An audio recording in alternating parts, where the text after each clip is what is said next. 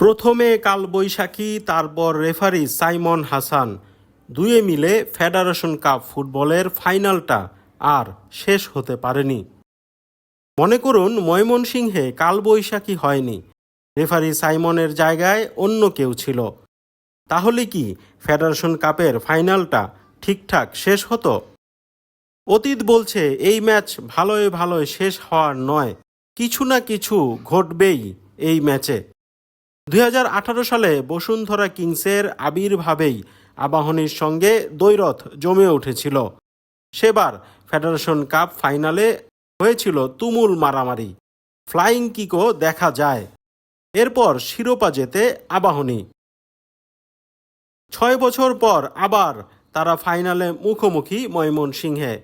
বেশ সাজ সাজ রব ছিল এই ফাইনালকে ঘিরে, মাঠের খেলায়ও ছিল তীব্র প্রতিদ্বন্দ্বিতা।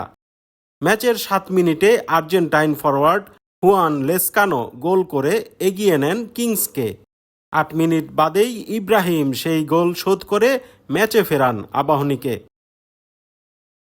এক এক গোলের সমতায় প্রথমার্ধ শেষ হওয়ার পর কালবৈশাখীর তাণ্ডবে এলোমেলো হয়ে যায় পুরো স্টেডিয়াম। প্রচণ্ড ঝড়ে গ্যালারির শামিয়ানা ও ডাগআউট উড়ে যায়, মাঠে পানি জমে। তাই দ্বিতীয়ার্ধের খেলা শুরু হয় দেরিতে। তবে ফল ওই এক এক গোলের সমতা।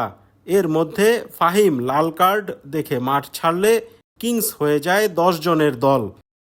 তাদের শক্তি খর্ব হলেও অতিরিক্ত সময়ের প্রথম 15 মিনিটে সেই সুযোগ নিতে পারেনি আবাহনী। অতিরিক্ত সময়ের পরের 15 মিনিটের খেলাই হয়নি আলোর স্বল্পতার জন্য। এই অজুহাতে রেফারি সাইমন ওখানেই ম্যাচ স্থগিত করে দেন। এটা দেখে আবাহনী কর্মকর্তারা ক্ষেপে আগুন। তারা ম্যাচটা ময়মনসিংহেই শেষ করতে চেয়েছিলেন। তবে যেখানে স্থগিত হয়েছে ম্যাচ, সেখান থেকেই আবার শুরু হবে। সুতরাং শেষ 15 মিনিটের নাটক এখনো বাকি। গোল না হলে টাই ব্রেকারে হবে শিরোপার নিষ্পত্তি।